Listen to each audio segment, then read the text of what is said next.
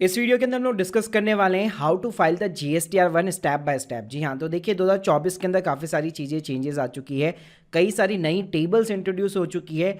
तो B2B का चाहे डेटा हो, B2C का डेटा हो, तो कैसे आपको GSTR1 के अंदर डालना है, नील की GSTR है, टैक्सेबल है, बल्क डेटा कैसे इंसर्ट किया जाता है, तो ये सारी चीज़ें ना एक ही वीडियो के अंदर आपको आज जानने को मिल जाएगी। तो प्लीज़ पूरा वीडियो यहाँ पे ज़रूर देखिएगा। वीडियो को शुरू करने से पहले बताना चाहूँगा, अगर आप अफोर्डेबल कॉस्ट के ऊपर एक एक्सपर्ट के थ्रू अपनी GSTR फाइलिंग कराना चाहते हो तो link in the description box एक बार प्लीज जरूर चेकआउट कीजिए। तो गाइस मैं आ चुका हूं सीधे अपने पोर्टल के ऊपर। तो चलिए शुरुआत करते हैं, हम लोग स्टेप बाय स्टेप आपको प्रोसेस बताता हूं। तो लॉगिन करने के बाद में पहले आपको सर्विस वाले टैब के अंदर जाना है। यहाँ पे आपको रिटर्न्स का ऑप्शन मिलेगा, यहाँ पे सिंपली आप रिटर्न डैशबोर्ड के अंदर जाइए। इसके बाद में यहाँ पे आपको फाइनेंशियल ईयर सेलेक्ट करना है। देखिए रिटर्न्स जो है दो तरीके से फाइल होती है, क्वार्टरली बेस पे भी होती है और मंथली बेस पे भी होती है। अब ये डिपेंड करेगा कि आपने क्या सेलेक्ट किया हुआ है। वैसे अगर आप क्वार्टरली या मंथली को यहाँ पे चेंज भी करना चाहते हैं तो यहाँ पे रिटर्न्स के अंदर ही आपको ऑप्ट इन का ऑप्शन मिल जाएगा, अगर आप क्वार्टरली बेस पे फाइल करना चाहते हैं या फिर मंथली ऑप्शन चूज करना चाहते हैं। तो मेरे केस में यार मंथली वाला ऑप्शन है, तो 24-25 मैंने अपना सेलेक्ट कर लिया है। क्वार्टर के अंदर मैंने अप्रैल जून जो है सेलेक्ट कर लिया है। मैं यहाँ पे मई की GSTR1 फाइल करने वाला हूँ। तो जैसे सर्च बटन के ऊपर क्लिक करूंगा, अब स्क्रीन के सामने आप देख सकते हैं GSTR1 के ऊपर प्रॉपर यहाँ पे आपको ड्यू डेट मिलेगी, जिसके पहले आपको डेटा अपलोड करना पड़ता है ताकि जो सामने वाली पार्टी है वो इनपुट टैक्स क्रेडिट का यहाँ पे क्लेम कर सके। अगर इस ड्यू डेट के बियॉन्ड अगर आप GSTR1 फाइल करते हैं तो देखिए वैसे तो कोई लेट फीस नहीं लगती है अगर आप GSTR3 भी टाइम के ऊपर फाइल कर देते हैं, लेकिन स्टिल जो है सामने वाली पार्टी जो है, आप जो भी यहाँ पे टैक्स क्रेडिट पास करेंगे सामने वाली पार्टी को, वो उसको यहाँ पे जो है अवेल नहीं कर पाएगी।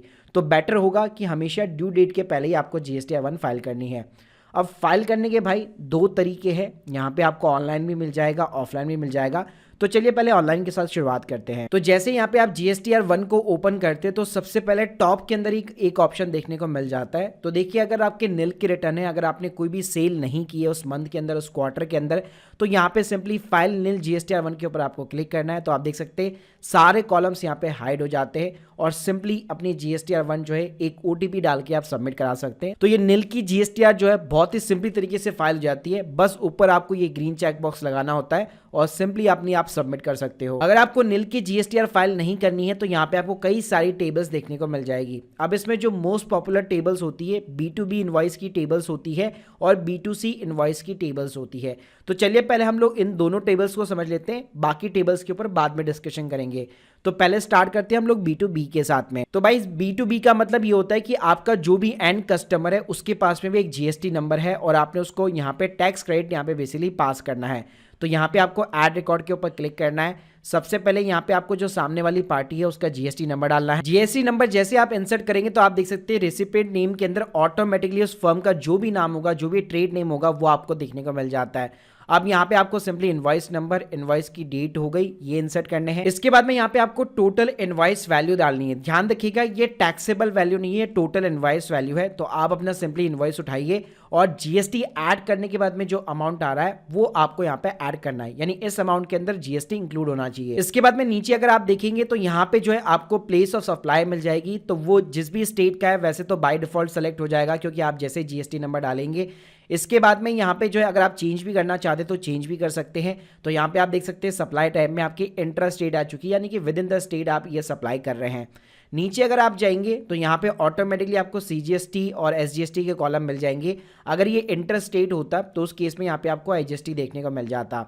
अब क्या करना है, यहाँ पे आपकी जो भी टैक्स रेट है, जैसे अगर ये 5% के ऊपर एप्लीकेबल होती है तो सिंपली आपको टैक्सेबल वैल्यू डालनी है, जिसके अंदर GST का अमाउंट इंक्लूड नहीं होना चाहिए। तो यहाँ पे मैंने जो है अपनी टैक्सेबल वैल्यू डाल दी। तो यहाँ पे आप देख सकते हैं ऑटोमेटिकली इसने CGST और SGST दोनों कैलकुलेट करके मेरे को दे दिया है, जिस भी रेट वाले कॉलम के अंदर मैंने टैक्सेबल वैल्यू डाली है। तो इस तरह से आपका एक प्रॉपर B2B इनवॉइस जो है, डेटा जो है यहाँ पे आपका इंसर्ट हो जाता है। आप इसको आप सेव कर सकते हैं। और इसी तरह अगर आपको 1 by 1 डेटा डालना है तो इसी टेबल के अंदर आप 1 by 1 जो है ऐड रिकॉर्ड के ऊपर क्लिक करके डेटा इंसर्ट कर सकते हैं, आपके जितने भी पार्टीज का डेटा है उनका। मान लीजिए आपके पास में अगर 2 से 3 एंट्री है तो आप आसान से मैनुअल तरीके से 1 by 1 यहाँ पे रिकॉर्ड ऐड करवा सकते हैं। लेकिन अगर आपके पास में मान लीजिए 50 इनवॉइस है, 100 है, 500 है, 1000 इनवॉइस है, तो अगर उसको आपको ऐड कराना है तो वो बल्क डेटा कैसे इंसर्ट होगा वो मैं आपको वीडियो के एंड में बताऊंगा। अब हमारी जो नेक्स्ट सबसे इंपॉर्टेंट टेबल है वो है B2C की टेबल। जी हाँ, तो इसके अंदर आपको उन सभी का डेटा इंसर्ट करना है जो आपका एंड कस्टमर है, उसके पास कोई जीएसटी नंबर नहीं होगा। जी हाँ, तो यहाँ पे आपको स्टेट वाइज जो है सप्लाई डालनी पड़ेगी। आपको ऐड रिकॉर्ड्स के ऊपर क्लिक करना है। आपको क्या करना है, यहाँ पे आपको कई सारे स्टेट्स देखने को मिल जाएंगे। एग्जाम्पल के लिए आपको ये करना है कि आपके दिल्ली वाले जितने भी कस्टमर्स हैं, ठीक है, उनका जो भी टैक्सेबल वैल्यू है वो आपको सिंपली तरीके से यहाँ पे इंसर्ट करनी है। टैक्सेबल वैल्यू का मतलब है कि इस अमाउंट के अंदर आपका जीएसटी इंक्लूडेड नहीं है, यानी कि आपको यहाँ पे ग्रॉस वैल्यू डालनी है। लेट्स से आपने मान लीजिए दिल्ली के अंदर जो है आपके जितने भी कस्टमर थे, आप सभी ने उनका टोटल मारा, तो 5 लाख रुपए की आपकी टैक्सेबल वैल्यू यहाँ पे बन रही है। नीचे आप देखेंगे तो यहाँ पे आपको रेट का ऑप्शन देखने को मिल जाएगा। तो जैसे मान लीजिए 5% का टैक्स रेट है, तो आप देख सकते हैं अपने आप IGST 25,000 रुपये आ चुका है। तो यहाँ पे आपको क्या करना है, हर इस तरीके से आपको एक एक स्टेट यहाँ पे सेलेक्ट करने, और जो भी स्टेट आपके ऊपर एप्लीकेबल होते हैं तो उनकी यहाँ पे आपको टैक्सेबल वैल्यू इंसर्ट करनी है। जैसे मान लीजिए अगर आप विद इन द स्टेट भी यहाँ पे जो अगर आपके एंड कस्टमर ऐसे जिनके पास जीएसटी नंबर नहीं है, तो जैसे मैंने यहाँ पे राजस्थान सेलेक्ट किया, आप देख सकते हैं IGST की जगह यहाँ पे CGST और SGST यहाँ पे आ चुका है। जी हाँ, तो ये चीज़ें आपको करने की ज़रूरत नहीं है, सिस्टम अपने आप करके देगा। आपका काम बस ये होना चाहिए कि अपने जितने भी कस्टमर है B2C वाले के है, उन सभी का स्टेट वाइज आप जो है टैक्सेबल वैल्यू निकालिए, उनका टोटल लगाइए, और आपको एक एक करके स्टेट को सेलेक्ट करके आपको डेटा इंसर्ट करना है। इसके अलावा मान लीजिए अगर टैक्स रेट भी यहाँ पे डिफरेंट है, जैसे मान लीजिए पहले आपने यहाँ पे 5% ऐड कर दिया, अब मान लीजिए आपके दिल्ली के कस्टमर ऐसे भी है जो कि 18% जो है यहाँ पे टैक्स रेट के साथ में आते हैं, तो यहाँ पे अगेन आप यहाँ पे अपनी जो है ग्रॉस वैल्यू डाल सकते हैं। ग्रॉस वैल्यू डालने के बाद में यहाँ पे अगेन आपको टैक्स रेट जो है वो सेलेक्ट कर लेनी है। तो यहाँ पे आप देख सकते हैं 18% यहाँ कैलकुलेट होकर आ जाएगा, और इस तरह से आप अगर डिफरेंट टैक्स रेट है तो यहाँ पे आप जो है 1 बाय 1 करके भी एंट्री लगा सकते हैं सेम स्टेट्स की। तो गाइस आप लोगों ने यहाँ पे B2B और B2C दोनों की यहाँ पे वैल्यूज बेसिकली इंसर्ट कर दी है। बाकी के जो टेबल्स है जैसे कि B2C लार्ज, ये उस केस में एप्लीकेबल होता है जहाँ पे आपके एंड कस्टमर के पास कोई जीएसटी नंबर नहीं है और आप यहाँ पे इंटर स्टेट सप्लाई कर रहे हैं, दूसरे स्टेट के अंदर सप्लाई कर रहे हैं, और इनवॉइस की जो वैल्यू है वो मोर देन 2.5 लाख रुपीज है। प्लस आप किसी भी चीज़ के ऊपर यहाँ पे अगर टैब लेके जाएंगे तो बाकायदा आप ऊपर देख सकते हैं, आपको इंडिकेट भी करता है कि ये कॉलम जो है किसके ऊपर एप्लीकेबल होगा।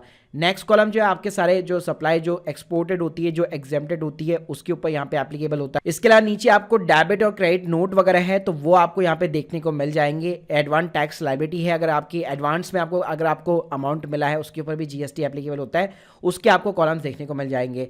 लेकिन मोस्टली केस में केवल ये जो फर्स्ट कॉलम है B2B इनवॉइस का और B2C इनवॉइस का, केवल मोस्ट पॉपुलर यही कॉलम है जो आपको फिलअप करने होते हैं। इसके बाद में 2024 के अंदर आपको और चेंजेस यहाँ पे ये देखने को मिल रहे हैं कि अब आपको HSN वाइज समरी भी यहाँ पे ऐड करानी पड़ेगी।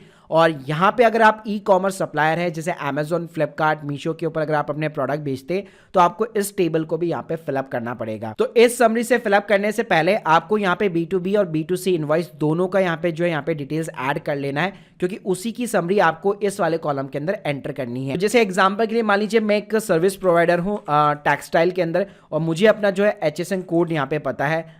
अगर आप लोगों को नहीं पता तो आप गूगल वगैरह कर सकते हैं, तो यहाँ पे आपको अपना HSN कोड देखने को मिल जाता है।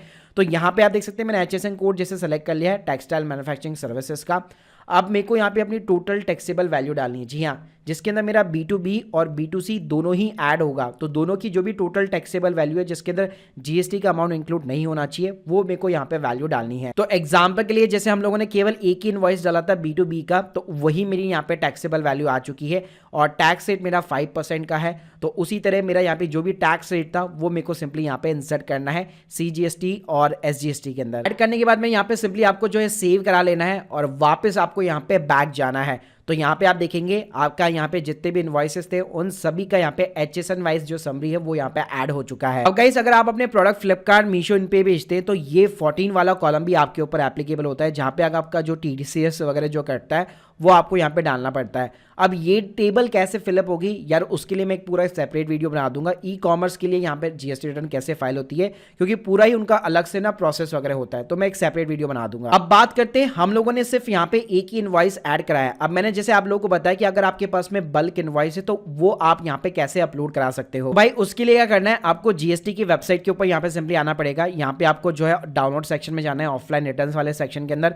यहाँ पे रिटर्न आपको ऑफलाइन टूल यहाँ पे सेक्शन मिल जाएगा, इसको सिंपली डाउनलोड कर लीजिए। डाउनलोड करने के बाद में इस फोल्डर को जब आप अनजिप करेंगे तो यहाँ पे आपको जीएसटी ऑफलाइन टूल मिल जाएगा। प्लस यहाँ पे आपको टेम्पलेट्स देखने को मिल जाएंगे। जैसे आप देख सकते हैं सेक्शन वाइज यहाँ पे आपको जीएसटी 1 के अंदर टेम्पलेट्स देखने को मिल जाते हैं। तो यहाँ पे आपको एक टेबल देखने को मिल जाएगी B2B की, जो यहाँ पे आपको ओपन करनी है। अब ये टेम्पलेट भाई जैसे आप ओपन करेंगे तो इस टाइप की एक एक्सेल शीट यहाँ पे ओपन हो जाती है, जिसके अंदर ऑलरेडी एक डमी डेटा आपको ऑलरेडी दिख रहा होगा। जी हाँ, अब यहाँ पे आपको क्या करना है, आपको 1 बाय 1 करके आपके जितने भी इनवॉइस है सभी का आपको जीएसटी नंबर डालना है, आपको पार्टी का नाम डालना है, इनवॉइस नंबर हो गया, डेट्स हो गई, इनवॉइस की वैल्यूज हो गई, प्लेस ऑफ अप्लाई कौन सा रहेगा आपका, राजस्थान रहेगा, दिल्ली रहेगा, वो आपको इंसर्ट करना है। रिवर्स चार्ज एप्लीकेबल है कि नहीं है, तो यस और नो के अंदर जवाब देना है। मोस्टली आपका नो के अंदर रहेगा। Applicable percentage of tax rate, यहाँ पे आपको कुछ नहीं करना है, इसको आपको ब्लैंक रखना है। इनवॉइस टाइप के अंदर आपका यहाँ पे हमेशा रेगुलर B2B होगा मोस्टली केस के अंदर। ई कॉमर्स जो GSTI नंबर है ये भी आपको ब्लैंक छोड़ना है। रेट के अंदर आपकी जो भी रेट एप्लीकेबल होती है जो आपके GST के ऊपर, वो आपको यहाँ पे इंसर्ट करनी है। जैसे मेरे के ऊपर 5% एप्लीकेबल होती है तो मुझे 5 रखना है। लास्ट में यहाँ पे आपका टैक्सेबल वैल्यू हो गया और सेस अमाउंट को आपको 0 रखना है। तो जैसे आप लोग स्क्रीन के सामने देख सकते हैं, मैंने इसी फॉर्मेट के अंदर अपना पूरा डेटा जो है ऑलमोस्ट मैंने यहाँ पे प्रिपेयर कर लिया है। अब मेरे को ये डेटा जो है यहाँ पे अपलोड कराना है। अब गाइस डेटा अपलोड करने के लिए आपका ये जो जीएसटी ऑफलाइन टूल था उसको आपको ओपन कर लेना है। सबसे पहले आपको जीएसटी ऑफ द सप्लायर डालना है। यहाँ पे फाइनेंशियल जैसे 24-25 मैंने सेलेक्ट कर लिया। टैक्स पीरियड मेरा मे रहेगा। फिर ये आपसे पूछेगा कि आप सेल्स टैक्स पेयर है कि नहीं है, आप क्वार्टरली बेस पे फाइल करते हैं कि नहीं करते, तो आपको यस नो के अंदर सिंपली यहाँ पे जवाब देना है और प्रोसीड करना है। अब स्क्रीन के सामने देखेंगे इस टाइप को आपको टेबल दिखने वाली है। डेटा जो है आपको ब्लैंक दिखेगा, तो यहाँ पे आपको इंपोर्ट फाइल का सेक्शन मिल जाएगा। तो जो एक्सेल फाइल हम लोगों ने प्रिपेयर कर रखी है, तो यहाँ पे आपको जो है B2B सेलेक्ट करना है और इंपोर्ट CSV के ऊपर क्लिक करके उस फाइल को अपलोड करा देना है। यहाँ पे आप देख सकते हैं जैसे मैं इस फाइल को अपलोड कराऊंगा तो यहाँ पे ये सक्सेस आ चुका है और यहाँ पे सारा डेटा मेरा अपलोड हो चुका है। और जैसे मैं व्यू समरी के ऊपर क्लिक करूंगा तो आप देख सकते हैं 15 के 15 जो इनवॉइस जो एक्सेल बेस्ड थे वो यहाँ पे इस वाले सिस्टम के अंदर अपलोड हो चुके हैं। प्लस इसका टैक्स अमाउंट भी यहाँ पे मैं अपने डेटा के साथ में सिंपली जो है वेरीफाई कर सकता हूँ। आपको कुछ नहीं करना, मेरे को यहाँ पे जनरेट फाइल बटन के ऊपर क्लिक करना है और एक JSON फाइल यहाँ पे जनरेट हो जाएगी जिसको मेरे को सेव करा लेना है। जैसे आपकी JSON फाइल यहाँ पे जनरेट हो जाती है, वापस आपको GST की वेबसाइट के ऊपर आना पड़ेगा और यहाँ पे जैसे हम लोगों ने प्रिपेयर ऑनलाइन किया था, यहाँ पे आपको प्रिपेयर ऑफलाइन बटन पे क्लिक करना है और यहाँ पे वो जो JSON फाइल है उसको आपको अपलोड करा देना है। तो यहाँ पे आप देख सकते हैं यहाँ पे JSON फाइल मेरी अपलोड हो चुकी है और with in the 5 to 10 minutes ये प्रोसेस हो जाएगी। तो 5 से 10 मिनट के बाद में वापस यहाँ पे मेरे को अपने रिटर्न्स के अंदर जाना है और यहाँ पे जैसे मैं प्रिपेयर ऑनलाइन बटन पे क्लिक करूंगा, आप देख सकते हैं पहले कैसे हम लोगों ने एक एक करके मैनुअली इनवॉइस डाला था, तो अभी ये पूरी फाइल यहाँ पे अपलोड हो चुकी है और 15 के 15 इनवॉइस मेरी GSTR 1 के अंदर यहाँ पे अपलोड हो चुके हैं। मेरे को मैनुअली यहाँ पे जो है डालने की जरूरत नहीं पड़ने वाली है। कुछ नहीं करना, हमें यहाँ पे HSN वाइज समरीज डालनी है, जो मैं आपको ऑलरेडी पहले बता चुका हूँ कि आपका B2B और B2C का जो टोटल होगा उसको आपको HSN वाइज के अंदर डिस्ट्रीब्यूट वगैरह सिंपली तरीके से करना है। अब लास्ट में मेरे को यहाँ पे सिंपली जनरेट समरी बटन के ऊपर क्लिक करना है, तो ये मेरी GSTR 1 की 10 से 15 मिनट के अंदर एक जो है समरी जो है जनरेट करके दे देगा। यहाँ पे समरी जनरेट करने के बाद में आप वापस आएंगे तो यहाँ पे स्टेटस में आप देख सकते हैं रेडी टू फाइल आ चुका है। अब वापस आपको प्रिपेयर ऑनलाइन बटन के ऊपर क्लिक करना है, यहाँ पे proceed to file and summary button के ऊपर क्लिक करना है। अब यहाँ पे आप देखेंगे आपके 15 इनवॉइस का जो भी यहाँ पे टैक्सेबल वैल्यू था उसके अगेंस्ट में जो भी GST लग रहा है उसका अमाउंट आ चुका है। साथ में अगर आप नीचे नीचे जाएंगे तो HSN वाइज भी समरी में अगर आप देखेंगे तो यहाँ पे पूरा डेटा हमारा मैच हो रहा है। जी हाँ, तो यहाँ पे जो 12 नंबर वाली यहाँ पे जो समरी है आपकी और यहाँ पे ऊपर वाली जो समरी है वो डेफिनेटली यहाँ पे मैच होनी चाहिए। अब गाइस लास्ट में कुछ नहीं करना, आपको सिंपली फाइल स्टेटमेंट बटन के ऊपर क्लिक करना है। यहाँ पे सिंपली आपको जो है कंडीशन को यहाँ पे चेक करना है। यहाँ पे आपको अपना सिंपली एक EVC नंबर डालकर आप अपनी जो है GSTR 1 को सबमिट कर सकते हो। जैसे आप वेरीफाई कराएंगे आप देख सकते हैं आपकी GSTR 1 सिंपली तरीके से अपलोड हो चुकी है और अगर आप ड्यू डेट के पहले फाइल करेंगे तो आपका जो इनपुट टैक्स क्रेडिट है वो भी यहाँ पे फॉरवर्ड हो चुका है। तो गाइस ये था पूरा प्रोसीजर स्टेप बाय स्टेप कि कैसे आपको B2B और B2C का डेटा इंसर्ट करना है। अगर बल्क डेटा भी है तो कैसे आप B2B का यहाँ पे एक एक इनवॉइस की जगह एक साथ कैसे आप इनवॉइस वगैरह अपलोड करा सकते हैं। बाकी गाइस B2C में इतनी दिक्कत नहीं आती क्योंकि वहाँ पे स्टेट वाइज आपको डेटा डालना पड़ता है, तो आप आराम से मैनुअली कैलकुलेशन करके भी डेटा इंसर्ट कर सकते हो। So guys hope you like this video. अगर आप प्रोफेशनल सर्विस लेना चाहते हैं एक्सपर्ट के थ्रू तो link in the description box. आप लोग के जो भी डाउट्स है कमेंट बॉक्स के अंदर जरूर बताइए। Thank you guys, thank you very much.